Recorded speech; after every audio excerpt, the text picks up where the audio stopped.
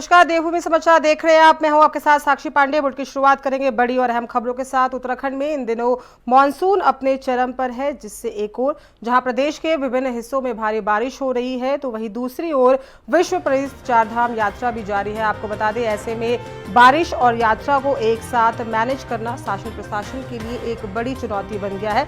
आपदा सचिव विनोद कुमार सुमन ने बताया कि यात्रा को सुचारू और व्यवस्थित बनाए रखने के लिए विभाग युद्ध स्तर पर काम कर रहा है।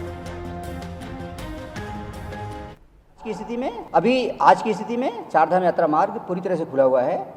कल एक दो जगह बंद था, कमेड़ा के पास में चमोली में और सिरोबगढ़ में रुद्रप्रयाग जनपद में बंद था। अभी रास्ता पूरा खोल दिया गया है। वर्तमान में चारधाम यात्रा मार्ग लगभग सारे के सारे खुले हुए हैं और अगर कहीं बंद हो रहा है तो हम लोग 20 मिनट 25 मिनट में खोल दे रहे हैं उसको। इसी प्रकार से राज्य के महत्वपूर्ण मार्ग सारे के सारे खुले हुए हैं लगभग, और रास्ते बंद, चूँकि बरसात हो रही है तो मलबा आके रास्ता बंद हो रहा है।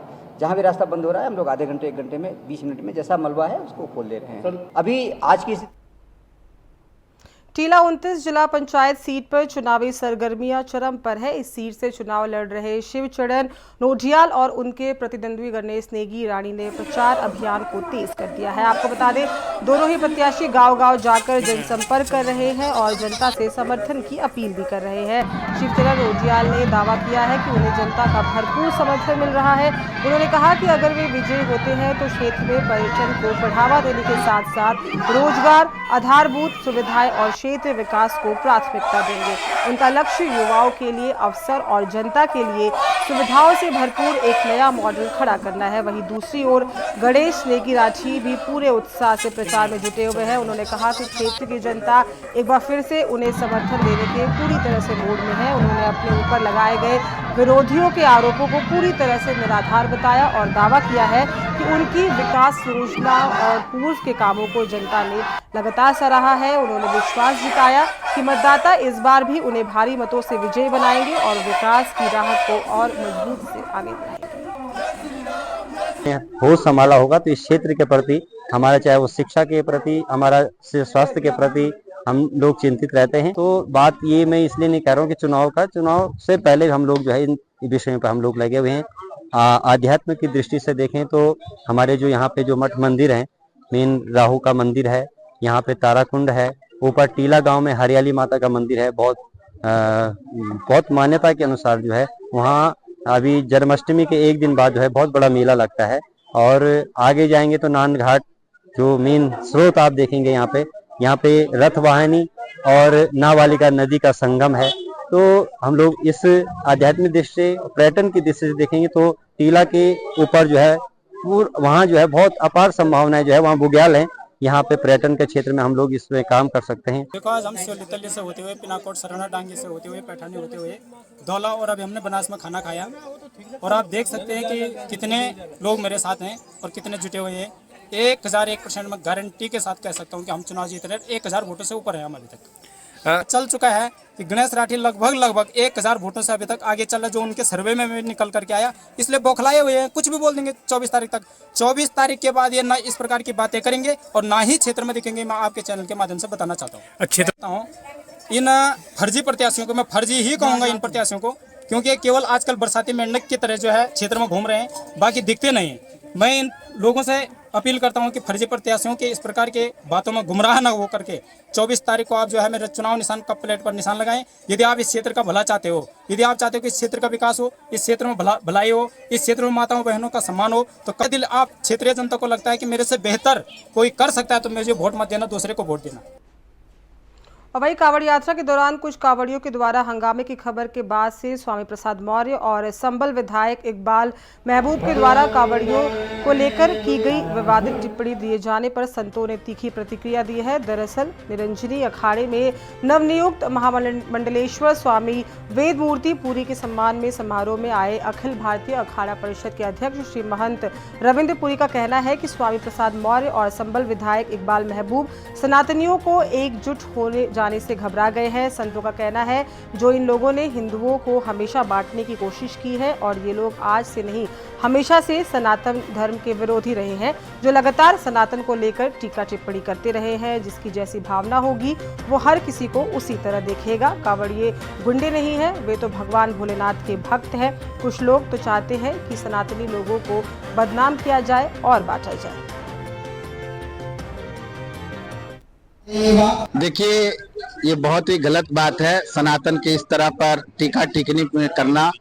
देखिए, जैसी दृष्टि वैसी सृष्टि, आप किस तरह से देखते हैं। देखिए, सनातन का सबसे बड़ा महापर्व है श्रावणी महापर्व। 1 महीने का महापर्व हमारे सनातनियों का होता है, जिसमें हम त्याग, तपस्या और साधना और देवादिदेव महादेव की उपासना करते हैं। और यह उपासना आज से नहीं, अनंत काल से, भगवान परशुराम के काल से यह दिव्य यात्रा चली आ रही है मनोकामनाओं की पूर्ति के लिए। लेकिन कुछ दुराचारी, अत्याचारी, व्यभिचारी लोग काल नेमी के रूप में, जैसे आपने देखा, जैसे हमारे पूज्य गुरुदेव ने आवाहन किया था उत्तराखंड में कि जो असाधु वेश में काल नेमी छुपे हुए उनको पकड़िए। आज देखिए सैकड़ों की संख्या में पकड़े गए। वो कौन थे? साधु संत के वेश में कई बांग्लादेशी पाए गए, कई रोहिंग्या पाले गए। तो वही तो हमारे साधु के वेश में गुंडे हैं। साधु हमारे नहीं, हमारे कांवड़िया नहीं, हमारे हिंदू सनातनी नहीं, वो तो भगवान देवादिदेव महादेव की आराधना और साधना और पूजा के लिए आते हैं। वो जैसे दुराचारी, जैसे बांग्लादेशी, रोहिंग्या, ऐसे लोग भेड़िए छुपे हुए हैं जो कावड़ के भेष में गुंडे के रूप में है। और वो तुच्छ लोग हैं, वो थोड़े लोग हैं, लेकिन इनकी मनसा पूर्ण नहीं होगी। शासन प्रशासन बहुत मजबूत है और वो लोग ऐसे कालनेमियों को पकड़ करके जेल के सलाखों में डालेंगे। उनकी मनसूबा कभी पूर्ण नहीं होगी, क्योंकि कावड़ यात्री जो है वो साक्षात कोई साधारण मनुष्य नहीं होते। इस समय साक्षात देवादिदेव महादेव का स्वरूप होते हैं। इसलिए कावड़ यात्री कभी गुंडे नहीं होते, कावड़ यात्री हमेशा शिव भक्त होते हैं। देखिए, कावड़ी गुंडे नहीं है, गुंडे ये लोग हैं। जो गुंडा होता है दूसरों को गुंडा कहता है, जो जैसा होता है उसको वैसा ही दिखता है। मैं ये कहना चाहूंगा, जो स्वामी प्रसाद मौर्य है, आज से नहीं, मैं कई सालों से देख रहा हूँ, वो सनातन का विरोध कर रहा है। और मैं ये कहना चाहूंगा कि वो परेशान हो चुके हैं। इस समय एक स्वामी प्रसाद नहीं, कई स्वामी प्रसाद जो विरोधी दल है परेशान हो चुका है कि सभी सनातनी एक हो गए हैं। करोड़ों की संख्या में पूरा सनातनी इस समय यूपी और उत्तराखंड में क्यों है? ये लोग परेशान है, इनको जलन हो रही है, इनको परेशानी हो रही है। मैं यही कहना चाहूंगा, इन पे जो है ज्यादा ध्यान ना दिया जाए, क्योंकि ये विरोध करके अपने आप को जो है लोकप्रिय होना चाहते हैं। हमें ऐसे व्यक्तियों से बचना होगा और हमें दिखाना होगा। जहाँ 7 से 8 करोड़ की कावड़ है, अगले साल ये कावड़ 15 करोड़ की जो है यूपी में और उत्तराखंड में होगी। और वही कांवड़ यात्रा का आज अंतिम दिन है और इसी के चलते हरिद्वार दिल्ली राष्ट्रीय राजमार्ग पर छोटे बड़े वाहनों को पूरी तरह से निलंबित किया गया है। शिव भक्तों का टीला श्रद्धा और ऊर्जा से भरी दिखाई दिया है। पूरा माहौल बोलबम के नारों से, धार्मिक संगीत से गूंजमान हो गया है। प्रशासन ने सुरक्षा के लिहाज से चप्पे चप्पे पर पुलिस बल की तैनाती भी की है और हर गतिविधि पर पैनी नजर रखी हुई है। आपको बता दें, रुड़की से मंगलौर तक का पूरा हाईवे शिव भक्तों से रंगा नजर आया है। क्या हुआ? हमारे घर पे चोरी हुई है। कैसे हुई, क्या जानकारी हम मिली? अपने गांव गए थे, समय की बोरिंग हो रही थी। वहाँ से वापसी 11 बजे लौट के आए, मैं देखा मेरा घर का ताला टूटा पड़ा था और सब सामान बिखरा हुआ था। तो फिर क्या क्या ले गए चोर? चोर में मैडम का जेवर था। और वही खबर देहरादून से है, जहां चक्राता क्षेत्र के हरबटपुर के समीप एक वाहन से आबकारी विभाग की बड़ी कार्रवाई की गई है। आपको बता दें, आबकारी टीम ने 25 पेटी अवैध अंग्रेजी शराब के साथ 2 अभियुक्तों को गिरफ्तार किया है। पूछताछ में अभियुक्तों द्वारा बताया गया कि ये शराब पंचायत चुनाव में खपत के लिए चंडीगढ़ से लाई जा रही थी। पकड़े गए दोनों अभियुक्तों के विरुद्ध आबकारी अधिनियम के तहत मुकदमा दर्ज किया गया है। आपको साथ में ये भी जानकारी दे दें कि आबकारी विभाग और पुलिस का पंचायत चुनाव को लेकर दृष्टिकोण लगातार संघ अभियान चलाया जा रहा है, जहां पर ये बड़ी कार्रवाई देखने को मिली।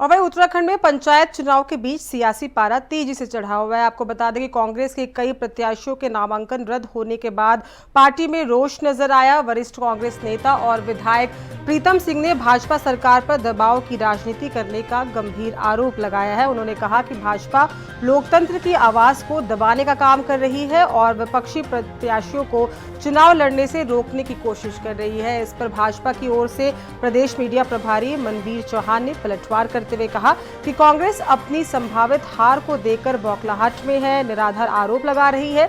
चौहान ने कहा कि चुनाव प्रक्रिया पूरी तरह से निष्पक्ष और कानून के अनुसार चल रहा है।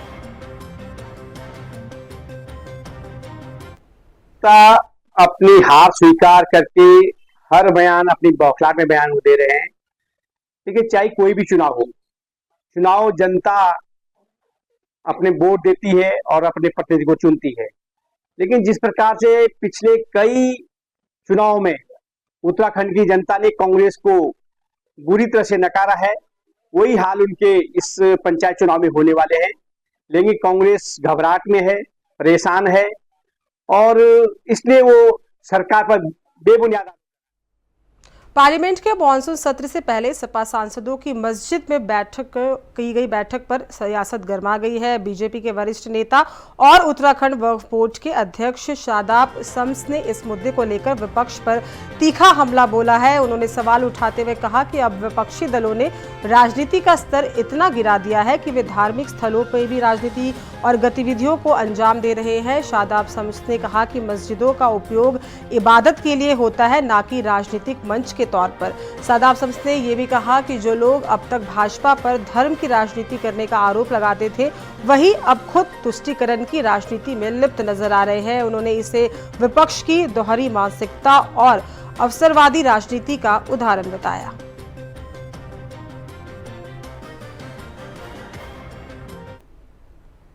तुष्टीकरण की राजनीति इतनी निचले स्तर पर पहुंच जाएगी हमने सोचा नहीं था। जहां एक तरफ पार्लियामेंट का सेशन प्रारंभ हो रहा है, वहीं अखिलेश यादव अपने सांसदों के साथ मस्जिद जो पार्लियामेंट के अंदर है उसके अंदर बैठकर अपनी पॉलिटिकल मीटिंग कर रहे हैं। अब क्या अखिलेश यादव पार्लियामेंट की मस्जिद को अपनी पार्टी का हेडक्वार्टर समझ रहे हैं या उन्होंने अपना हेडक्वार्टर बना लिया है? उबैदुल्ला नदवी, धर्मेंद्र यादव, अखिलेश यादव जी, बर्क साहब, तमाम सांसद जिस तरह से फोटो सामने आए हैं और उसमें उनके नेता झूठ ट्वीट कर रहे हैं और ये कह रहे हैं कि हम उबैदुल्ला नदवी के घर पर बैठे थे। मस्जिद का फोटो डालते हो, मिंबर से राजनीति करते हो, मिंबरों पर बैठकर बेवकूफ बनाते हो मुसलमानों को और यहां से पॉलिटिकल मैसेज देने की कोशिश करते हो और दूसरे लोगों के ऊपर आरोप लगाते हो। ये असली चेहरा अखिलेश यादव का है। अखिलेश यादव बताएं कि क्या उन्होंने पार्टी हेडक्वार्टर का, समाजवादी पार्टी के हेडक्वार्टर का एड्रेस चेंज कर लिया है? क्या अब उसको हम मस्जिद को, जो मुस्लिम मस्जिदें हैं वहां से समाजवादी पार्टी अपनी राजनीति करेगी और राजनीति के अखाड़े क्या अब मस्जिद बनाएंगे? अब मुझे लगता है कि मस्जिदों के उलेमाओं को, अब मस्जिदों की पाकीज़गी को बचाना है तो वो भी जवाब दे कि क्या इन पॉलिटिकल मीटिंग्स की अनुमति दी जा सकती है मस्जिदों के अंदर, और अगर नहीं तो इसके लिए अखिलेश यादव को और उबैदुल्ला नदवी को और तमाम सांसदों को समाजवादी पार्टी की माफी मांगनी चाहिए। खबर चमौली से है, जहां पर त्रिस्तरीय पंचायत चुनाव प्रक्रिया के बीच चुनाव प्रचार भी जोर शोर से चल रहा है। चमौली जिले में स्थित भारत का सीमांत गांव माड़ा, जो अब देश के प्रथम गांव के रूप में जाना जाता है, यहां के ग्रामीण प्रथम गांव बनने के बाद पहली बार पंचायत चुनाव के लिए वोट डालेंगे। आपको बता दें, भोटिया जनजाति के ग्रामीणों में इस त्रिस्तरीय पंचायत चुनाव को लेकर जबरदस्त उत्साह देखने को मिला है।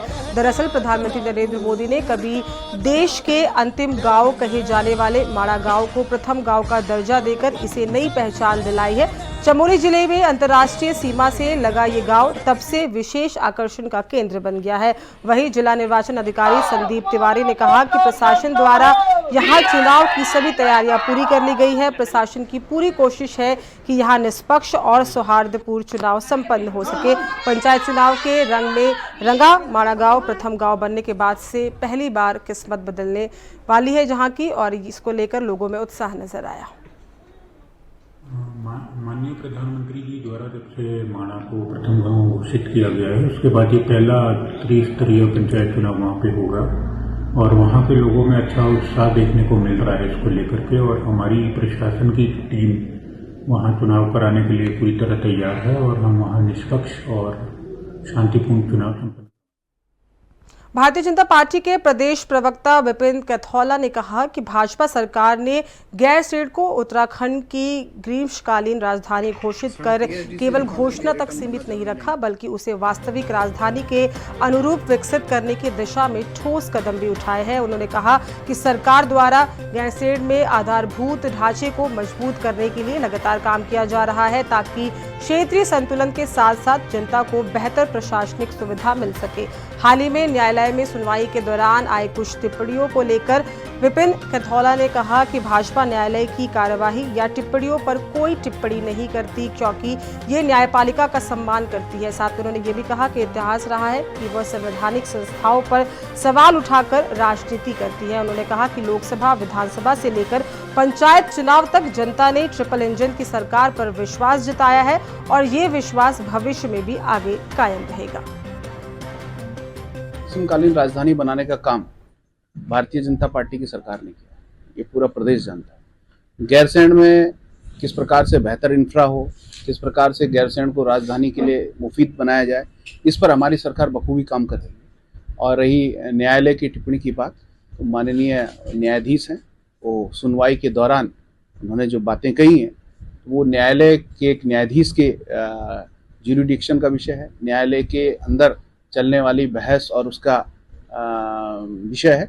न्यायालय पर टिप्पणी करना भारतीय जनता पार्टी का काम नहीं है। कांग्रेस संवैधानिक संस्थाओं पर टिप्पणियां करती है, कांग्रेस संवैधानिक संस्थाओं के पर हमेशा प्रश्न चिन्ह लगाती है, तो चाहे न्यायालय हो चाहे अन्य संस्थाएं हो, कांग्रेस का काम है कि जो संवैधानिक संस्था है उन पर टिप्पणी कर कर, उन पर प्रश्न चिन्ह लगाकर राजनीति करना।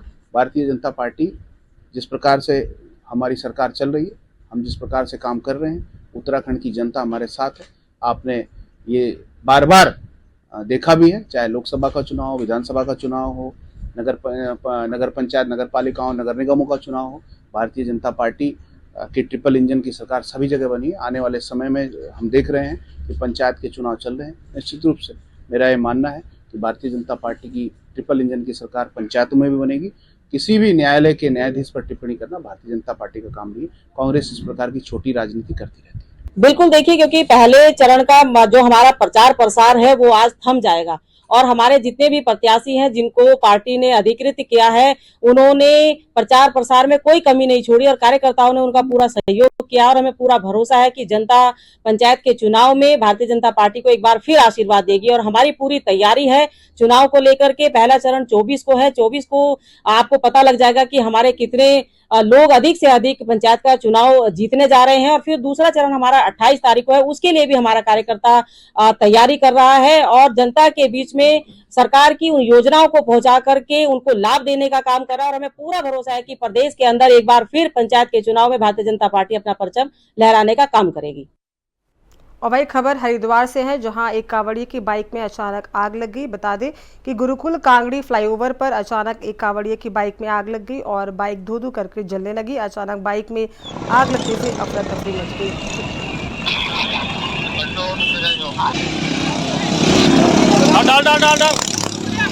पूरा डाल अंदर नीचे तेल टपक रहा है इसका।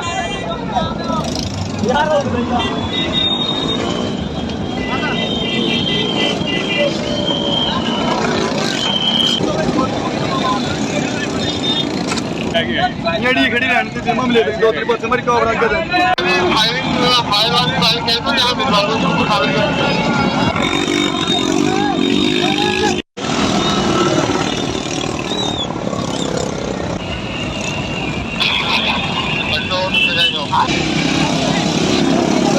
डाल पूरा डाल अंदर नीचे तेल टपक रहा है इसका।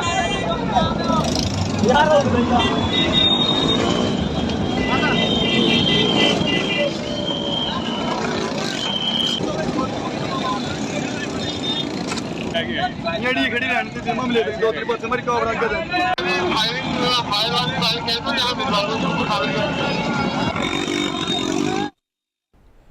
और वही खबर रामनगर से है, जहां पर शहर में लगातार बढ़ रही आवारा गायों की समस्या को लेकर करनी सेना युवा शक्ति ने नगर पालिका के खिलाफ मोर्चा खोल दिया है। प्रदेश अध्यक्ष सूरज चौधरी के नेतृत्व में कार्यकर्ताओं ने नगर पालिका कार्यालय का बाहर जोरदार प्रदर्शन किया और एक आवारा गाय को पकड़कर कार्यालय परिसर के बाहर इसको लेकर विरोध दर्ज कराया। प्रदर्शनकारियों ने नगर पालिका प्रशासन पर गंभीर लापरवाही का आरोप लगाते हुए कहा कि अधिकारी एसी कमरों में बैठकर जनता की समस्याओं से मुंह मोड़ लेते हैं। सूरज चौधरी ने चेतावनी दी कि यदि 3 दिन के भीतर सभी लोगों पर अगर कार्रवाई नहीं होती है और सभी गायों को गौशाला नहीं पहुंचाया गया तो करनी सेना उग्र आंदोलन शुरू करेगी।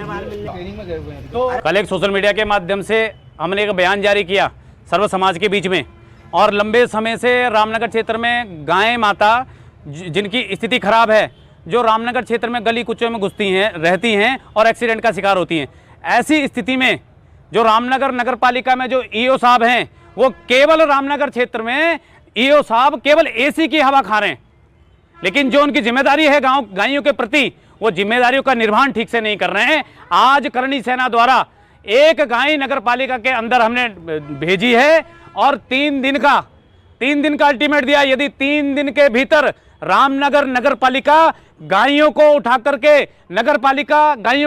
गौशाला नहीं छोड़ती है तो हम 3 दिन के भीतर रामनगर क्षेत्र की हजारों की तादाद में जितनी गायें, सारी गायों को रामनगर की नगर पालिका में लाने का काम करनी सेना करेगी।